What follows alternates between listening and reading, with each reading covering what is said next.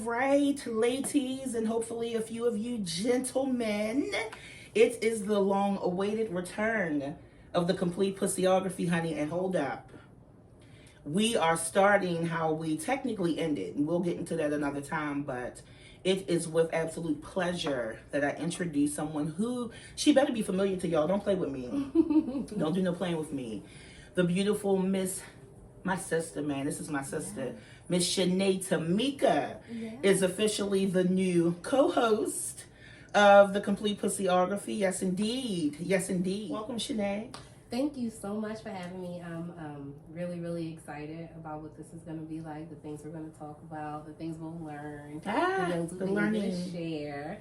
Yeah, so it's going to be dope. It is. It's going to be dope. It's super dope now, you know, with Shanae here. And confession, before we go any further into this, after the first episode that we did that became 3 episodes, I knew clearly that I couldn't return to this without you.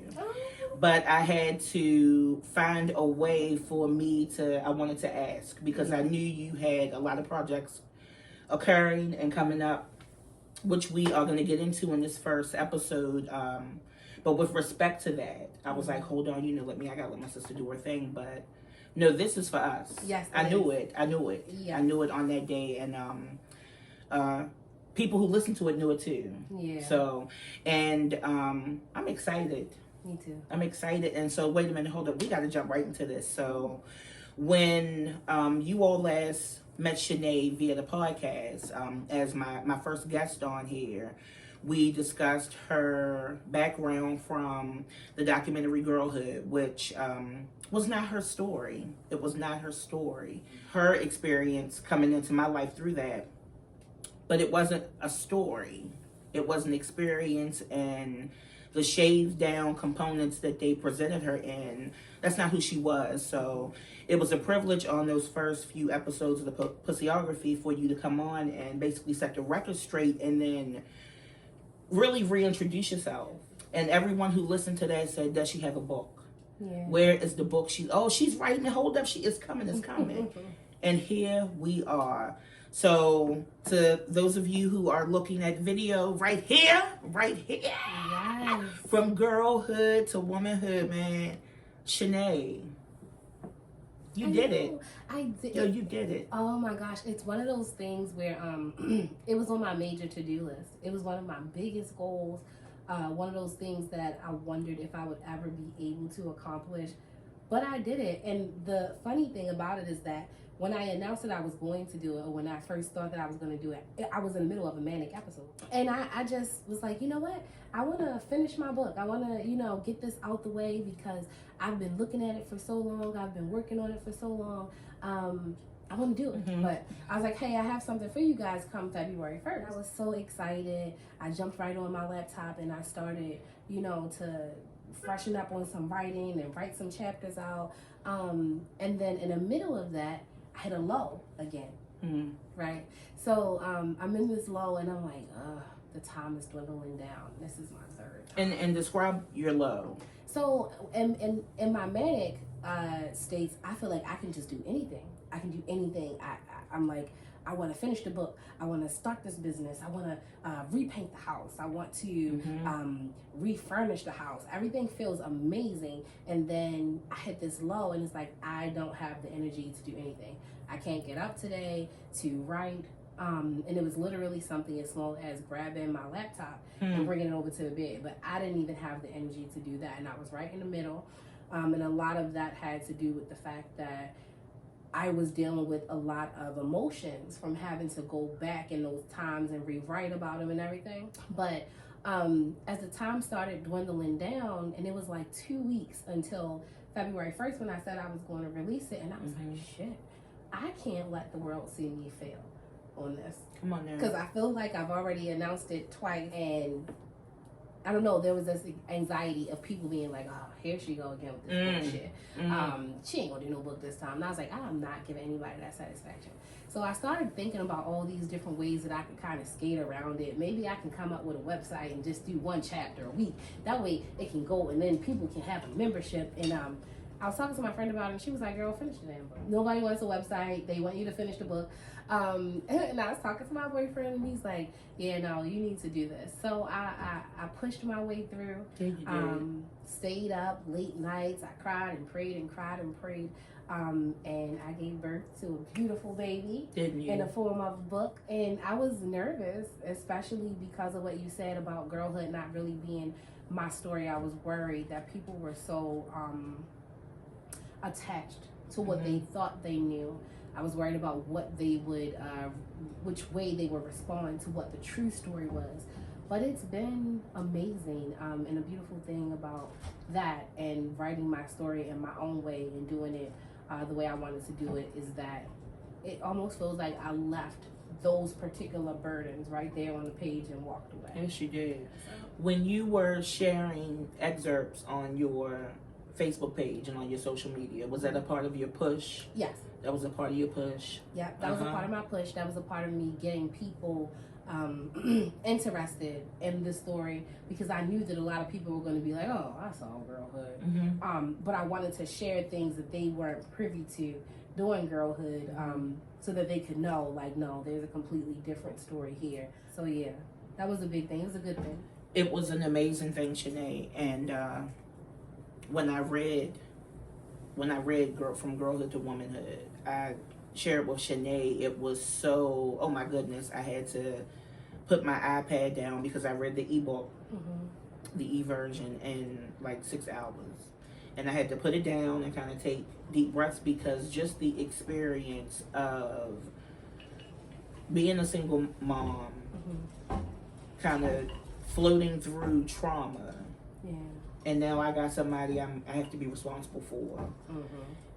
In one of the stories in particular, when you went into the shelter with your daughter, when you described the smell of that space, I was right there. Yeah.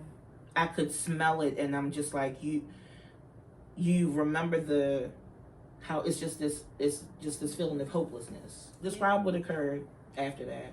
Well, I mean, it was definitely a feeling of hopelessness, of despair, and I think that was one of the maybe only times in my life where I just felt like there was absolutely positively no plan.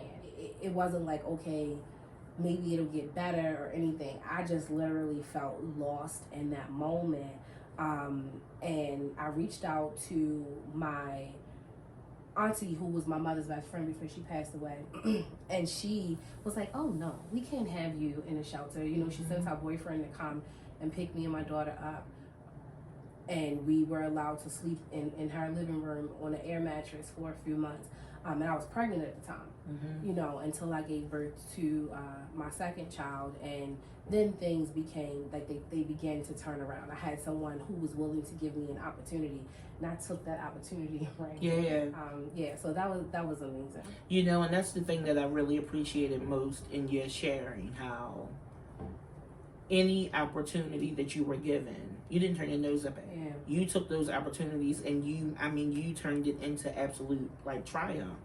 One of my favorite pieces is Miss Mimi. Oh yes. Tell us about Miss Mimi. Oh, Miss Mimi was this woman, this little Caucasian woman that worked with Catholic charity, and she had seen me at a speaking engagement once, and she kept in contact with me.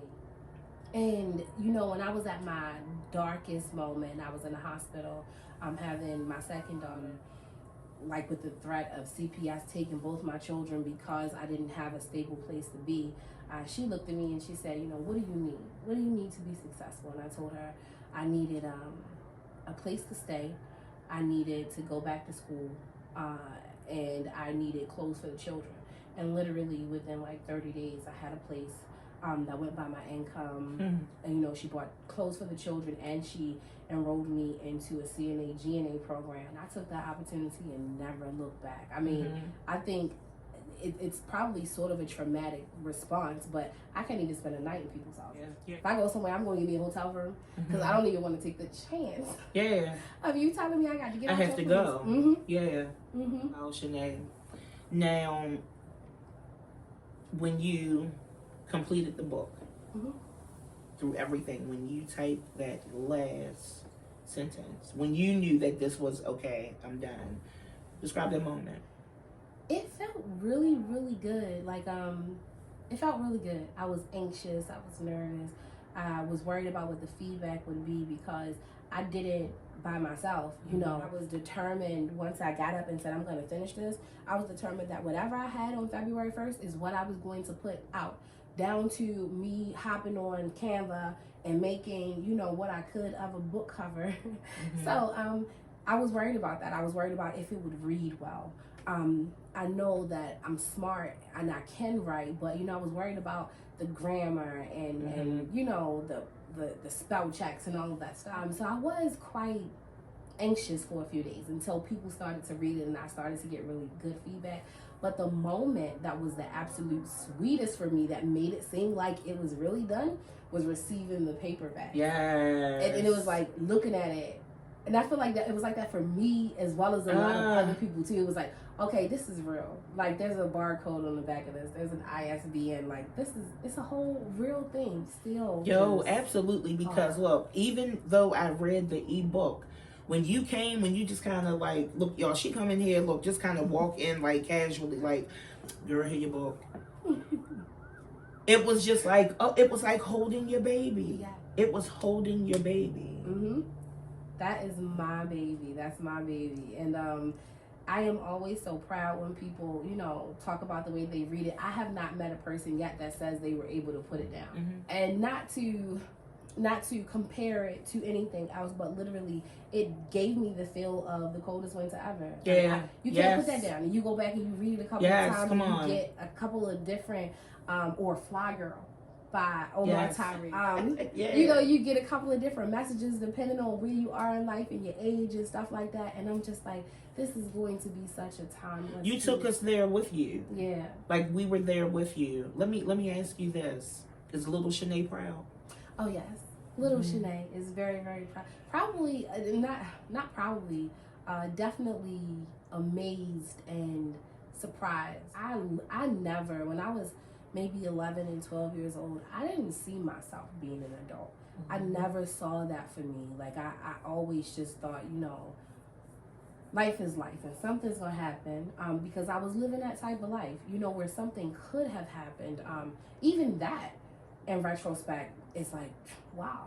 Like, girl, you made it to be 37 years old. So yes, little Shanae is very, very, very proud. But we still working on her though. That's right. We still working on her. That's right. What's next? What are we doing next? Now we're an author. I know. We got workbooks and stuff coming, man. Yes. Come on. I definitely want to put together sort of a journal workbook type of a thing called Letters to a Little Sister. Things I Wish I Knew. I want it to be a collective of women and things that you can share, whether it just be a short story or a piece of advice about feminine hygiene, about relationships, about self-love, about interviews or whatever. I had never really had anybody sit down and give me those type of tools. Those are literally things that I learned over time. Things I learned from Jill Scott and her music. Things I learned from Ayola Van Zandt and her books. From India Ari and her music. So I think it would be bomb to put together a book like that. That would be awesome. You doing a workbook. Yeah. Especially, with your experience, Shanae, would be so empowering. It would really empower a lot of young girls. Yeah. One of the stories that really took my breath away that you shared, one of the experiences that you shared was that when you started your menstrual cycle, it wasn't your mom or even one of your girlfriends who showed you what to do. It was your mom's boyfriend. Describe that, share that experience. Yeah, so I literally randomly woke up in the middle of the night. And it was fairly early in life. I think it may have been second, third grade, something like that. I was young. Wow. And realized that I was bleeding. So I went in my mom's room and I shook her with this tissue, this bloody tissue in my hand. She's like, where did that come from? Did it come from down there? And I'm like, yeah. So, she took me to the bathroom, gave me a pad, put my clothes in the washing machine and, told me to wash up. And that was just the end of it, right? So, like, when she would send me to get pads and stuff like that, I thought it was something dirty. I was always embarrassed. I would hide it in my coat, and I didn't want anyone to know. Now, prior to you actually getting your cycle, did you know anything about menstruating? I knew from, like, seeing my mother come Okay, on her period. okay. Like, so she may say, "Hey, hand me a tampon," or "hand me a pad," or something like that. But we had never had any conversations about it. And then I came home from school one day, and my mother's boyfriend, I guess, you know, he had noticed that I had, you know, blood on my clothes a few times or whatever, and he sat down with me. We drew out a calendar with like 3 months in it, and he would shade in the days where I should start wearing a pad. And Now, did he have daughters or sisters and stuff that you recall? He had one daughter, had a sister. But he was like, you know, some guys that are just really knowledgeable about women's bodies and stuff like that. That really was amazing to me. Because now for me, reading, and as a friend, I'm reading, I'm like, okay, now I'm not going to read this and hear that he done did nothing that he had no business doing with this. Right. To know that it truly came from a place of concern and endearment was just amazing to me. Yeah. I love that sensitive side.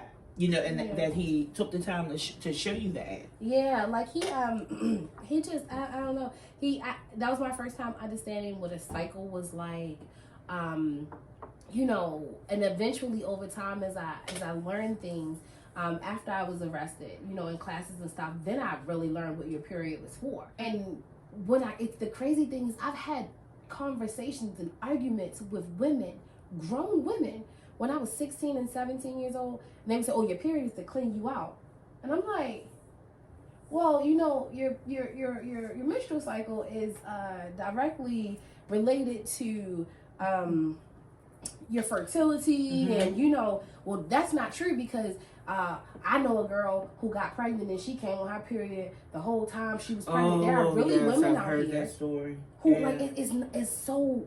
It happens where we just don't have these conversations with our daughters, and they grow up just believing that a period is just to flush you out. That's it. Yeah. Or I can remember when I started my cycle, my mother said, if a boy touches you, you'll get pregnant. Oh. There was no talk about the penetration and the sperm and the egg. It was just, oh, you bleed now. So I thought that was really important too for you to I loved how you shared that, because even again as young girls reading it, maybe someone hasn't had the conversation with them yet, and they look and they know, wait a minute, so this is something not only, you know, I get and I need to understand why I get it, but I can map it out and plan and I can avoid those accidents. So even in that way, you know, it makes a difference. How do you think women who are now in their 30s, who didn't who are just starting the journey towards healing, how do you think they'll receive your book? They've been receiving it pretty well. You know, I have always been sort of an open book. I'm one of those people, if I did it, I'm going to say I did it. You know, you can ask me about it. If I feel like talking to you about it, I'll talk to you about it, but I'll never say I didn't do it. So I think that people can appreciate the fact that I'm candid, that I talk about things that maybe everybody else won't talk about. I talk about feelings that maybe everybody else won't talk about.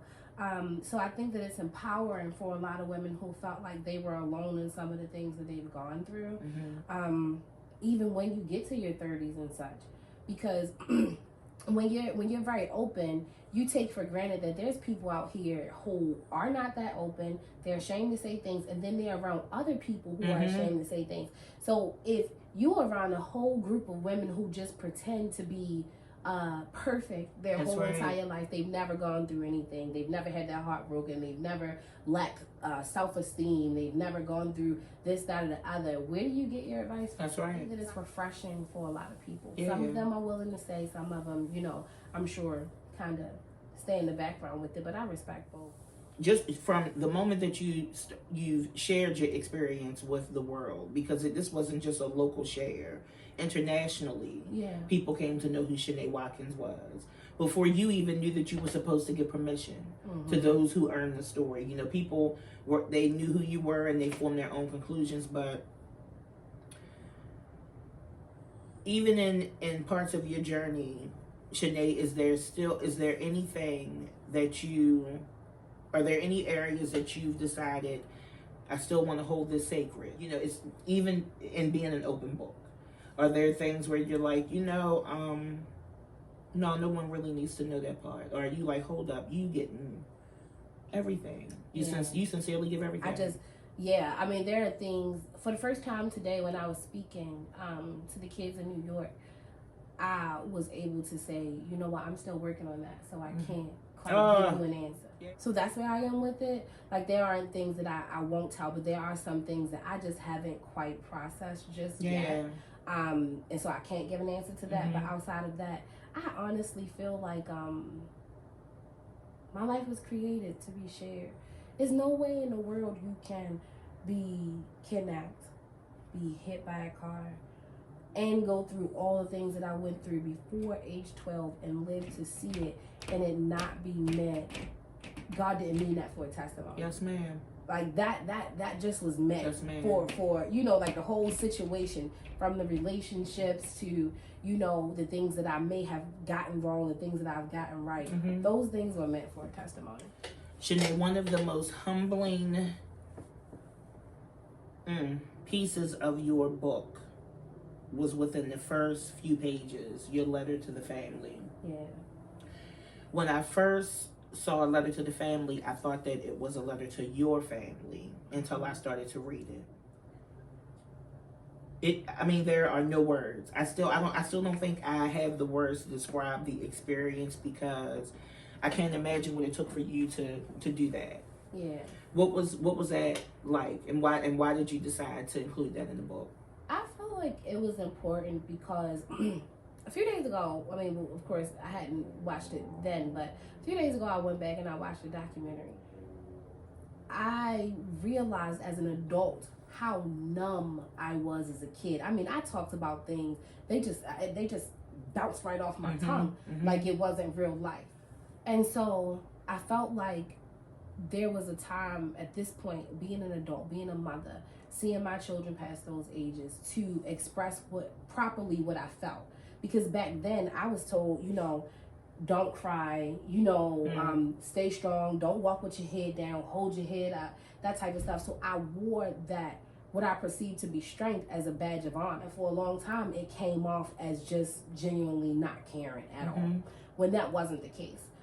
So I had gotten to a point now at this age where I was able to express what I felt. And then there's also sort of a parallel between me feeling like that story needs to be told, but me also still feeling guilty for telling the story, because I don't want to reopen an old wound for you, even though it probably doesn't feel old for them. Your loved one is gone. I don't want to open a wound for you, but I do need to include this, because just as much as my story makes a difference, so does hers. Some little child somewhere gonna see that documentary, gonna read this book, and the next time they think they're gonna swing on somebody, they gonna think about it. Yes. Next time you think, oh, she don't like me, she said she ain't like my hair today, so I'm gonna fight her. They might stop and thinking, we don't know what or who that can save. We don't know whose life that can impact.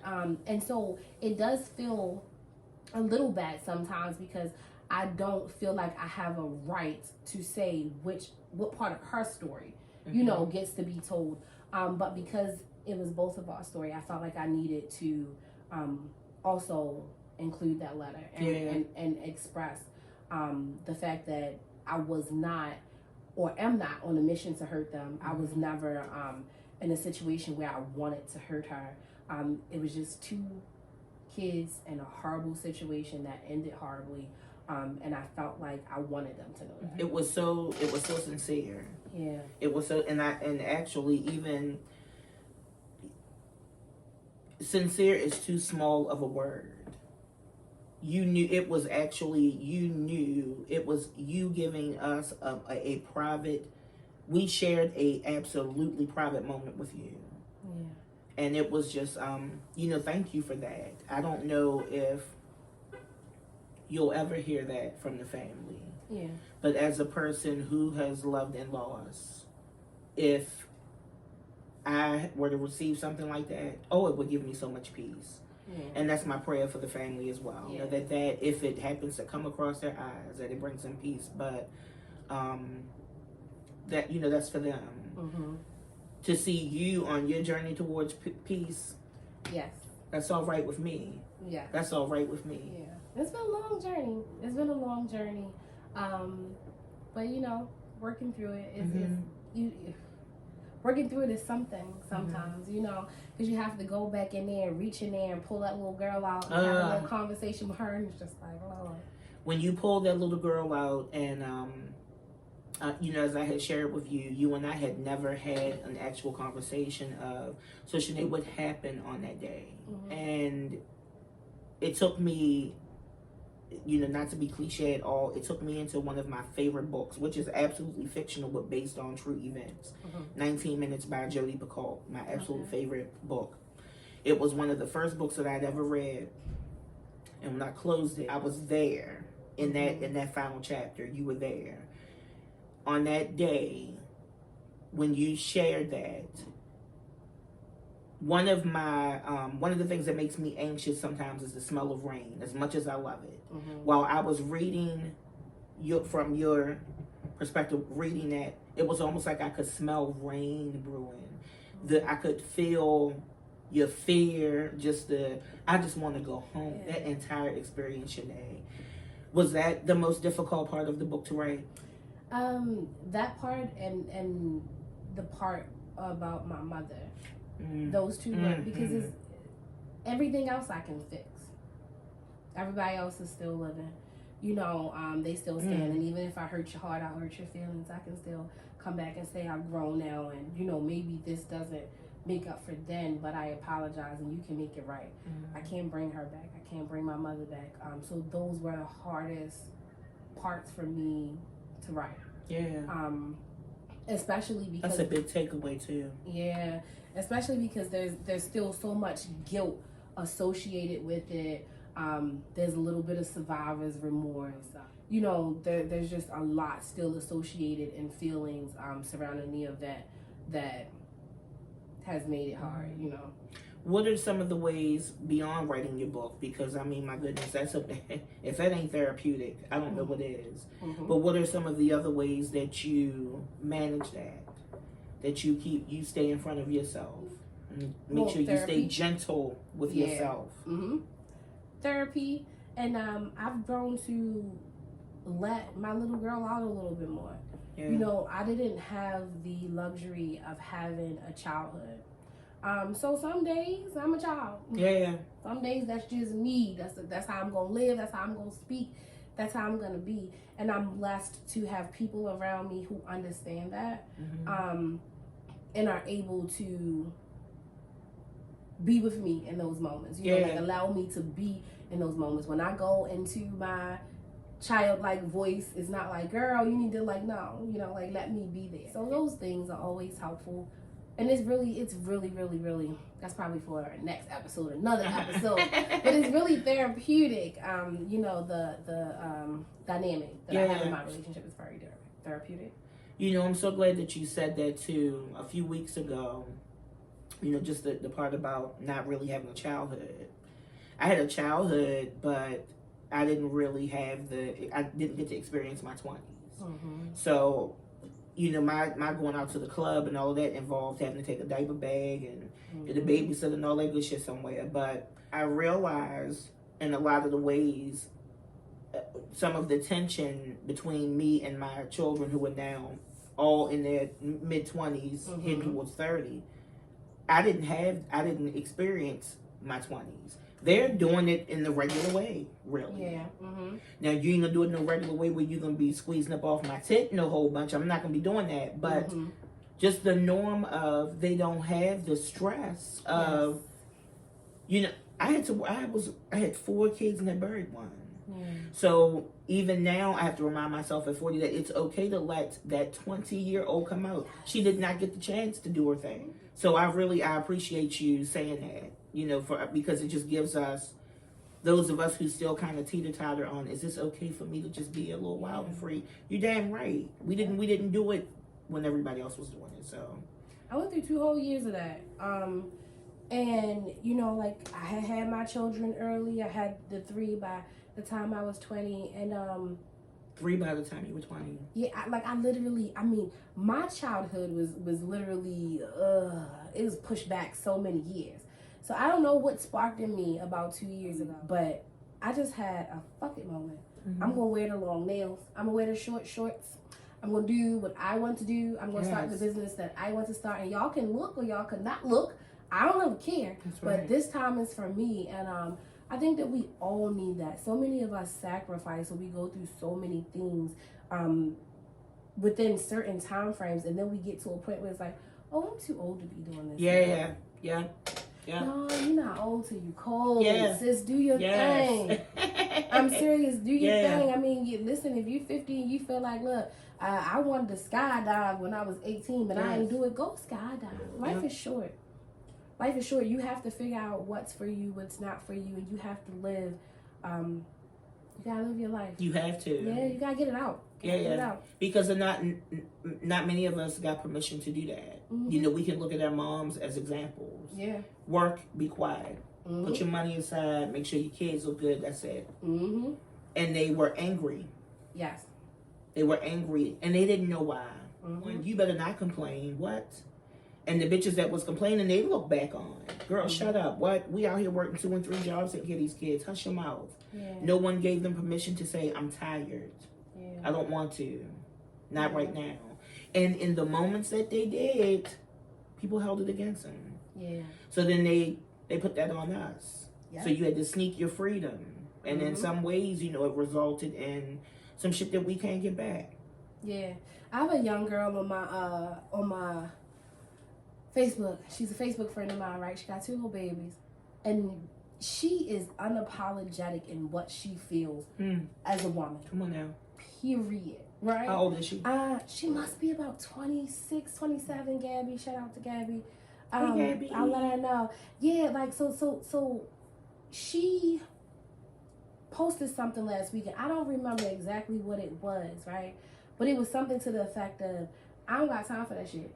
I'm not, you know, like, it was about a woman putting up with something. And she's like, you know, I don't have time for that shit. I ain't putting up with nothing because this is how I feel and this is what I'm going to do. And I almost caught my old ass on this girl's status saying, well, baby, you know. And I said, hold on. Stay out them young girls' business. Let that baby feel. Yes. Who the hell are you to try to humble her? Yes. Let them babies live their life. That's right. And that's another thing we gotta stop doing. Once our time is past, we can go back and live our time, but don't go telling these girls how to live their life in that way. Come on. If they doing something that's gonna be hurtful to them. I heard one of my little cousins the other day, she said, you know, girls in school, they didn't like me because you know, I had a big butt and something. I mean, she was feeling herself. And here go the older cousins. Girl, look, don't jump in. Let that baby feel herself. Let her do her thing. Yeah, let her do her thing. So it's okay to smell yourself sometimes. It is okay. It literally is. So that's the one thing. It's just like, yeah, you know, go back, do your thing, but don't become that auntie that's trying to talk. Look, these girls are unapologetic out here. I love it. I love it. I love it. Don't try to. At all. That's right. Business in that. That's right. I have to like swerve or had to past tense because I've gotten better with my daughter. Because again, I didn't have that experience. Yeah. So I'm looking and, girl, you better not. No, Janelle, hold up. Girl, you better. Go ahead. Do your thing. You ain't hurting nobody. Oh, we speak so much fear into him sometimes. Oh, God, we do. My daughter was dating this little boy. He was a nice little boy, but she didn't like him. I found my fear telling her to hold on to him. Yes, tolerate. Because what if you don't find another? She fucking 17. Yeah. What if your old ass? Yeah. Like, girl, no, you speaking. We do that. From almost 40. You know, and you've already had your experiences in life. You know, we can give them some forms of wisdom. But yeah. Let me tell you, one of the things that my mom gave me was, and I mean, it was from a place, man. It was from a place. She had every right to feel this way. But one of the things that she gave to me was, don't have a whole bunch of women sitting around you. Oh, yes. You cannot trust no whole bunch of women. they will fuck your man, and guess what? Yep. Because a man will fuck a dog if he can hold it still. And they out here fucking Hey, dogs they these fucking days. dogs. They fucking dogs these days. Yeah. They done went from hood rats to dogs. Mm-hmm. But anyway, and this was because one of her, and I will tell this story far, and why we gonna shame this bitch to the grave, For real. you hussy. But my father's girlfriend was her form. They were co-workers, and they commute. So they riding back and forth to work together. And my mom would always be like, hey, come on in, girl. And she'd be like, no, girl, because your husband's, girl, he always teasing me. Girl, my mother and my father go through their little breakup. And my godmother calls her. Shout out to my godmother, Lucy. Come with it. Call me, bitch. Don't you keep nothing. My godmother called her and said, Brenda, girl, guess who Cliffy messing with? And she had a god-awful nickname, PC. Peasy or PC, something like that. So I know my mother teed off on her. I don't know if she actually laid hands, but I think she did enough. She was surgical enough with the words that she didn't have to lay hands. But this was a story that she shared on repeat. And it hurt her because my father was her first. Oh, wow. I was planned. She waited for marriage. So, and we done built this little home together on our paydays. We buying a little piece of furniture. And this hussy done came in. So that was one of the things that she ingrained as far as the whole, don't you trust no women. And I didn't want to be that way. But then, I had experiences that kind of solidified, like, oh, you can't trust them bitches. But that runs right into the story with my mother's ex-boyfriend. Come on around. Who showed me, about my period, told me about my period. We were real close like that. And my mom's homegirl from years, they went to school or something together. Right across the court from us in the project. Right across the court. They bring them out, putting them into the paddy wagon. That baby ran out, gave him the number, and he come back home. He over there with them, and I'm just looking. Now, did your mother see her run out and give the number? Yeah. So, okay. So I'm gonna give y'all an exclusive. Come on. We got exclusive. So let me Shanae tell you. So my mother was friends with Kelly, and because I changed their names in the book. So my mother was. I was wondering. Yeah, with Kelly. From when they were younger. Kelly was friends with Jen. And Jen moved in. And Jen was this blonde hair, raggedy teeth, why did gold I know mouth, it was blonde hair old involved? chick. Yeah, they used to have the bald 50 girls or something. Oh God, I know it. So but she was, one of them big bad tough. She was tiny, but she had a whole bunch of fat ladies from over Park Heights. Nobody really wanted no problems with her, right? So she was a low key groomer a little bit, because I would go over there. She would have me and a couple of other young girls from around the neighborhood, tell us about a little ball 50 days and, other girls that she done taught how to get a little money for their honey. I mean, we were young. We were 9, 10, 11. Let us smoke little cigarettes, give us a little drink, whatever. So, all right, cool. So, that's what made her bold enough to do it, is because she had the other girl with her. And she figured, ain't nobody gonna touch me since... this is going on. And sure enough, ain't nobody do nothing to her. But she paid the price. She paid the ultimate. I mean, Lord, she did. Oh, the police was kicking in her door every 2 days. People were shooting her house up. They had to move. She lost her house, and it just was a mess. Shout out to you. Man, shout out to you. That's what happens when you go mess with. She was hungry for it, wasn't she? Yeah. Choice. I mean, ran up on that paddy wagon. I think he's still dragging that woman to this day. They one of them couples. They still married today together. He's somewhere else. So do you keep in touch with him? Have you ever over the years? I've seen him here and there over the years. I have not seen her, but I've seen him here and there over the years. His thing was kind of like what your mom said. His thing was like, look, I told your mother stop letting them come over there, use the phone and all that. She thinking they her friends and they in there trying to talk to me. They in there trying to get a piece of me. But just be scandalous. Scandalous. Using my phone, looking at my man. Shanae, your family members, have they read the book and shared? And for those who have they shared? So I will say, my family members who know that they weren't a part of my story, that know that they weren't present, they have read it. They have bought multiple copies. I quoted my grandfather in the book. That was beautiful. Yeah. That was beautiful. He was like, look, he said, listen, even if it was me, even if I hurt you, you write that. Yo, that's power. Yeah, and if I was that's like, not, that's like a curse slayer right there. Just those words alone. After my grandfather said that, I was like, oh, okay. Hey, well, granddaddy said, run it. For real. But the people who were a little closer to me, I think they are kind of afraid about what it will say. Thankfully, my dad came and got a copy recently. You know, he seems pretty open. I'm looking forward to talking to him about it. Do you think their fear is based in their own? Yeah. The wall of healing. Yeah. That they need to kind of.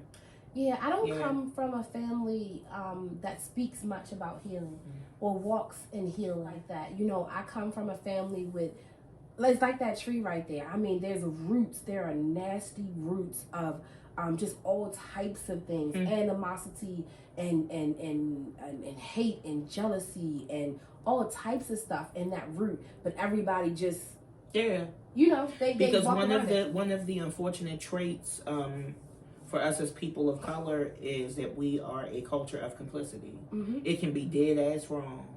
We will gather around the wrong and talk about it, but no one will ever reach into it and yank it and say, hold up, hold up. This is not okay. And the ones who really run that, family. It's not the strangers out here that make that okay. I know that in your preparation for your book being published, you reached out to a few of your family members to share. What was that? How was that experience? They didn't want to be involved, and their thought process was, you know, basically like, you know, you killed somebody. I understand you've gone through something, but you have to realize you killed somebody. You're selfish by keep trying to tell this story. But I had to realize that that's more you and your fear. Because I am the person, I'm the niece, I'm the cousin. When I come, I don't got time for all that small talk. We not about to sit up here and talk about no old days and have no circus ass conversations. Sis, is you finna tell them that your feelings still hurt because back in '97 she burned you with a candle or no? There we go. Because we not about to sit around each other like that. So, you know, nobody want to see me. Like, here she go again with this bullshit. Here she comes. The one thing that gave me an advantage through my life, even though I have been through so much, is I spent so much time in therapy. I spent lots of time. I went to not Florence Covington. I went to Kennedy Krieger when I was 11. So I've pretty much been in and out of therapy since I was 11 years old. I know how to live in my truth because it's always been in my face. And this was prior to your arrest. Yeah. This is prior to my arrest. So I'm one of those people. I don't want to be around you if you don't want to live in your truth, because I can't hold my tongue on myself. So I'm not gonna hold my tongue on you. You sound crazy. I'm telling you, you sound crazy. I might not tell you in that moment. I'm gonna call you later, be like, look, we was chilling, we was drinking. I want to let you get it out, but you sound a little crazy, sis. You my God, you just rethink about how you looking at that. Yeah, that is me, and people don't like that. We need more of that. We need more of that. I wish early on, especially in my friendships, that I had more of that. I was the one who, for a lot of years, this was all tangled up. And it would brew into jealousy or envy because I could not use my words. I shared a few days ago with a few people. I lost 13 years, damn near 13 years out of a friendship with something that could have been resolved in a 10 to 15 minute phone conversation. As simple as that. Yeah. But I feel like as families, we need to be more willing to do that. And I'm hoping that's my biggest hope with your book. Just with people getting to know who you are through this story, to see, yes, we've all experienced some level of painful, ugly. But look at the beauty that comes from it. Yeah. Like, and Shanae, you are absolutely beautiful. Thank you. What's your biggest hope with the book, or just from you, Shanae? Just your light, whether you radiate it through your book, through things to come, through all of it. What is it? What's your why? I just want to leave a mark, you know, on the world. I want this book, I want my life and things like that, you know, to be both a cautionary tale and a tale of hope for people. You know, I think that a lot of times when people see or they read books like this or they see people like me, they automatically look and they wonder at what point does it get easier, and it doesn't really get easier. You wake up sometimes, some days I wake up to the same monster. I wake up to 1,000 reasons to quit and 3 reasons to keep going. And you have to choose every day. Every day you got to pick that reason to keep going and, you know, go. So I'm just hoping that it'll be inspirational to people. You know, that it'll open some eyes, that it'll change to a certain extent, maybe the way that some people parent, that it'll change one girl, you know, who thought that she couldn't make it. Because when you have so many things stacked up against you, it's like, shit, how am I ever gonna make it out of it? Yeah. Especially when they happen back to back, because you figure you not only have to deal with your trauma from growing up, you know, and try to fight your way through that, then you have children, you have to figure out how to put food on the table, how to deal with them accordingly. Oh, okay, I messed up here, I gotta go back. You dealing with that, you dealing with relationships. There's a lot of things. Those things can tend to pile up on each other. But you literally have to keep going, and you have to take care of yourself. You have to get to the root of some of those issues, the root of some of that decision making, you know, some of those people you have in your life and stuff like that. You really have to do the work. And once you do the work, it's a beautiful thing. Yeah, it is. It is. You are a beautiful, not we can say thing, being. The reasons to keep going, Shanae. What are your 3 reasons? So my children, you know, are always my reason. Myself, my mother, well, my parents all together, you know, because they did make a lot of sacrifices for me. Now, whether we saw eye to eye or whatever, my perspective of was it, they made a lot of sacrifices, and I don't want their sacrifices to be in vain. My grandmother, of course, and God, you know, first and foremost, it's just like, if he can give me the strength on every single day, boom, there we go. That's enough. Boom, there we go. There we go. There we go. Yay! There we go. That was episode 1. Well, but as we wrap up, Shanae, come on, tell the people what they can find. What we got going on. We got shit going on. So, we lay it. On another level, you can find me on Facebook and Instagram at Shanae Tamika. That's Shanae, and then Tamika. There you will find my link tree. Now on my link tree, there is a link to Pussy Pleasures, which is my business. I sell adult toys, as well as all natural cleansing products like yoni steams, yoni oils, yoni washes. I also sell the equivalent for men called clean peen or penis colada. I am also in the works of getting my aesthetics license, so I will be bringing some pretty kitty things to you guys, some waxes, some vajacials, some cake shows, pretty much a facial on the whole body. So let's see, we have that. We have Pussy Pleasures. That will be a part of Pussy Pleasures with my waxing and vajacials and such. I'm also on TikTok. Have a chronicle on TikTok called The X Chronicles, all my crazy relationship stories. And you guys will also hear a little bit of here as well. So yeah, follow me, connect with me. I'm looking forward to it. And you guys will, of course, hear me here on the Complete Pussyography. Yes, indeed. I'm so proud of Shanae. Hey, look, y'all. When I say the professor's a pussy, I'm not playing.